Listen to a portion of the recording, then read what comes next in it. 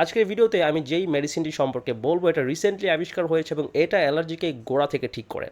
নতুন গবেষণায় দেখা যাচ্ছে এটা বেশ কয়েক দিক থেকে অ্যালার্জির জন্য কাজ করে। অ্যালার্জিক রাইনাইটিস বলেন বা food allergies, any sorts of allergies you will get benefited from this single molecule, we call it butyric acid. সায়েন্টিস্টরা অ্যালার্জির জন্য যে মিরাকেল মলিকিউলটি আবিষ্কার করেছে এটার নাম হচ্ছে বিউটারিক অ্যাসিড।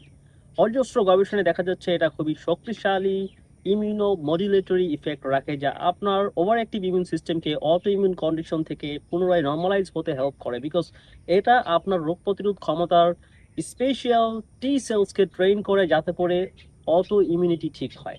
অর্থাৎ এটা আপনার শরীরের এমন একটি রোগ প্রতিরোধ ক্ষমতার কোষকে শক্তিশালী করে যেটা অ্যালার্জি কমাতে কাজ করে। যখন আপনার শরীরের মধ্যে রেগুলেটরি টি সেলসের অ্যাক্টিভিটি বাড়বে তখন আপনার অ্যালার্জি ভেতর থেকেই ঠিক হবে, আপনাকে অ্যান্টিহিস্টামিন জাতীয় ওষুধ অনবরত কন্টিনিউসলি নিতে হবে না।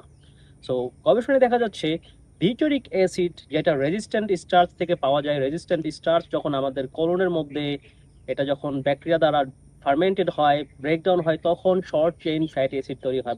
সো এটা গবেষণায় দেখা যাচ্ছে প্রাইমারিলি তিনটি দিক থেকে আপনার অ্যালার্জির জন্য কাজ করে। নাম্বার ওয়ান, এটা রেগুলেটরি টি সেলসকে শক্তিশালী করে।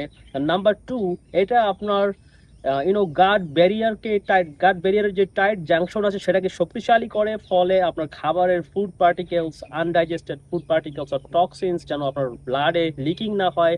যখন আমাদের গাট ইন্টিগ্রিটি কম থাকে তখন কি হয়, খাবারের ফুড পার্টিকেলস রক্তে প্রবেশ করে, ফুড অ্যালার্জিসের সমস্যা বাড়ে। কারণ যখন এই খাবারের আনডাইজেস্ট পার্টিকেলস আপনার রক্তে প্রবেশ করবে, আপনার শরীরের রোগ প্রতিরোধ ক্ষমতা সেটার প্রতি ইমিউন অ্যাটাক মাউন্ট করবে, যার থেকে অ্যালার্জিক রিয়াকশন হবে।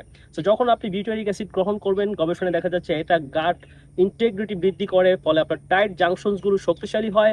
অ্যাজ এ রেজাল্ট আপনার খাবার ইন্টেস্টাইনাল ওয়াল ভেদ করে ব্লাডে লিকিং হওয়ার চান্স দিন দিন কমতে থাকে, ফুড অ্যালার্জিস ভালো হয়। আরও গবেষণায় দেখা যাচ্ছে যে এটা আপনার মাসেলকে স্টেবিলাইজ করতে কাজ করে, which is a powerful benefit for allergy, because মাসেলগুলো যখন স্টেবল না থাকে, এটা স্টিমুলেট হয়, তখন সেগুলো হিস্টামিন রিলিজ করে, অ্যালার্জি ট্রিগার হয়। আর এই বিউটারিক অ্যাসিড যখন আপনি আপনার শরীরের মধ্যে উৎপাদন বাড়াবেন রেজিস্ট্যান্ট স্টার্চের মাধ্যমে, তখন কি হবে, আপনার এই মাসেলগুলো স্টেবল থাকবে, এগুলো সহজে হিস্টামিন রিলিজ করবে না, ফলে আপনার ধুলাবালিতে গেলেই হাঁচি কাশি হবে না, চোখ লাল হয়ে যাবে না, আপনার শ্বাসকষ্ট হবে না, কারণ আপনার ইমিউন টলারেন্স এখন বাড়বে। অ্যান্ড দেন আপনি যে কোনো রকম অ্যালার্জি সমস্যায় ভুগে থাকেন, এই একটি ওষুধ আপনাকে সবগুলো থেকে উপকৃত করবে। সো আমি দেখাচ্ছি কি করে আপনি আপনার শরীরের মধ্যে এই শক্তিশালী নতুন উপাদানটিকে বৃদ্ধি করতে পারেন। এটি বৃদ্ধি করার জন্য আপনাকে রেজিস্ট্যান্ট স্টার্চ খেতে হবে।